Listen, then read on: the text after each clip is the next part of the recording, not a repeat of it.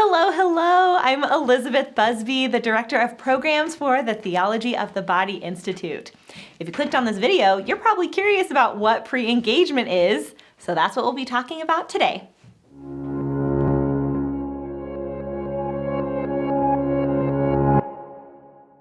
All right. This is a topic that is very important to me. It's super foundational for the work that I do. I think it's really important for you guys who are watching also. And really, this name, pre-engagement, addresses an area that this culture doesn't really have a name for. You're probably thinking when you saw it, I've never heard that. Did she make that up? And the answer is yes. I made it up. I made it up to do everybody a favor because this is an area of relationships that doesn't have a name, but is very real. And I think plays a very important role in people's relationship progress.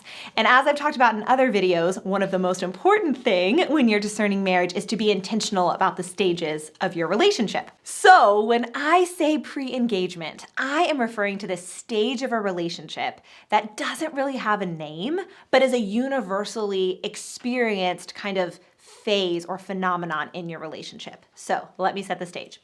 You guys met, or maybe you've been friends for a long time. You go on dates, you decide you want to be in a commitment, you get in a commitment, okay? Now you're boyfriend, girlfriend. And you're going along and you're dating and you're having fun and you're making friends with each other or deepening your friendship with each other. Hopefully you're already friends or we wouldn't have gotten this far. But you're focusing a lot of time and energy on your friendship, you're on having fun, those sorts of things. But you get to a point where you just want a little bit more assurance of if this person is going to be a good fit for you, right? You're not engaged, obviously, because you're not quite sure you want to be engaged or you think you maybe want to be engaged, but you're craving a deeper intimacy, a deeper assurance, etc. That's pre-engagement, right? And I think when you get there, there's this, it feels almost inadequate to be like, this is my boyfriend, right? Because the intimacy is deeper than just boyfriend, girlfriend, or feels deeper than just boyfriend, girlfriend, right? That word does not feel adequate to describe the intimacy that you have, but you're not engaged, right? That it would be a lie to say you're engaged because you're not. That stage is real. And I think when you look around at just the culture at large, that's the time when people often move in together, right? There's this desire for deeper intimacy. There's this desire to know whether this person would be a good fit. There's almost this, without kind of using this language, this desire to divorce-proof your relationship. You're like, I want to know how I can get married to this person but not get divorced from them, right? Now, it's a topic for another video, which I'll totally address if it's something you guys want to hear about, why cohabitating is not going to give you those answers and actually could do a lot more harm for you in that stage. But the desire that a couple has to know, the desire that a couple has to have more assurance, to divorce-proof, if you will, your relationship, that's a good desire. And I think I think every couple across the board, even if you're not going to move in together, there's this desire for that knowledge. And I think that in order to really give voice, almost more credibility, etc., validation, if you will, to that stage, I call it pre-engagement. And actually, I use a little bit different language, but I'm not the only person to talk about this idea of there being multiple stages of formation when you're discerning marriage. My boy, John Paul II, references this very idea in this document he wrote called Familiaris Consortio. If you've never read it, it's phenomenal. It's really good. In this document, he talks about these different stages of marriage preparation.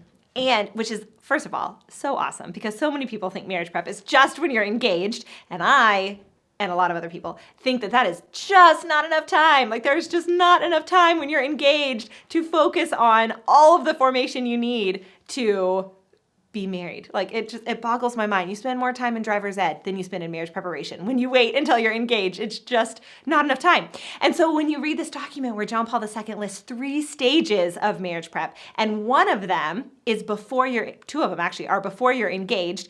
And it's just so validating that there's this guidance that John Paul gives us for this state in your life when you're not engaged yet, but you're thinking you might want to be, and you want more formation, more intimacy, etc. So you might be sitting there thinking, how do I know if I'm in pre-engagement? Pre-engagement isn't just like a label that you put on your relationship at a certain point. You're like, and we're boyfriend, girlfriend, check, and we're pre-engaged, check, and we're engaged, check. That's not it. Pre-engagement is really just a name for this natural progression in your relationship, right? Every relationship that is eventually will end in marriage, every relationship on that path is going to hit pre-engagement, whether you label it or not.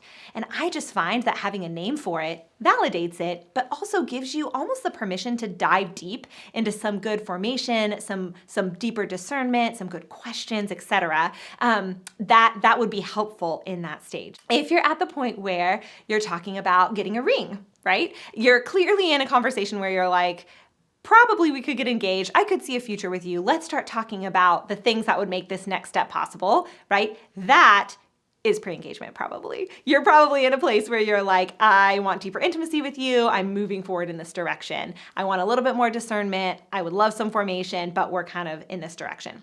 If you're at the point where you think that if I say this is my boyfriend, it doesn't capture the essence of the relationship, like there's more there, there's a depth there that boyfriend feels a little bit more shallow than the depth that exists in your relationship, that could be pre-engagement. If you get to the point where you're wanting to ask really in-depth questions, like your idea of a good time on Friday night is to sit with a coffee or a glass of wine and to chat deeply about each other's hearts, that could be pre-engagement, right? Some people want to do that early on in the relationship, but some people want to spend the early part of their relationship just enjoying each other and having fun, but there's a switch that flips and you want this deeper intimacy. So that, I would say, could also be pre-engagement. If you get to a point in your relationship where it's been going on for a while, you're having a blast, you really enjoy each other, but you start to get really afraid about the future and you start to get really like, could I actually do this? Could I marry them? What are these things that make me so upset about that? Or afraid about that? Or you kind of start focusing on those things. That could honestly be pre-engagement too. There are a lot of people, a lot of people who have deep wounds around marriage, around a family. And when you start to actually, when your heart is moving toward commitment, right? Because God created all of us for that commitment. Some of us, of course, forsake it for the foretaste of heaven when they take a celibate vocation. But we're all created to give of ourself in love to another person. So when you're in a relationship with someone, you're having a blast, you could see that maybe you could be a good fit, but you start to get really afraid.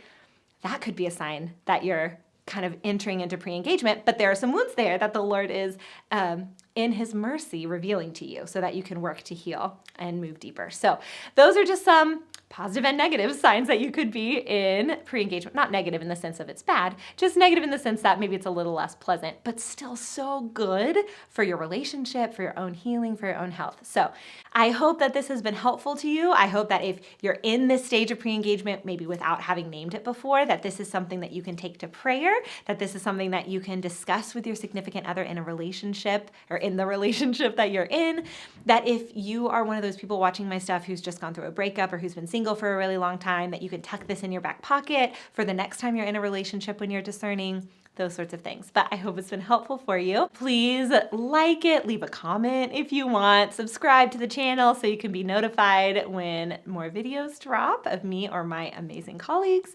And until next time, bye.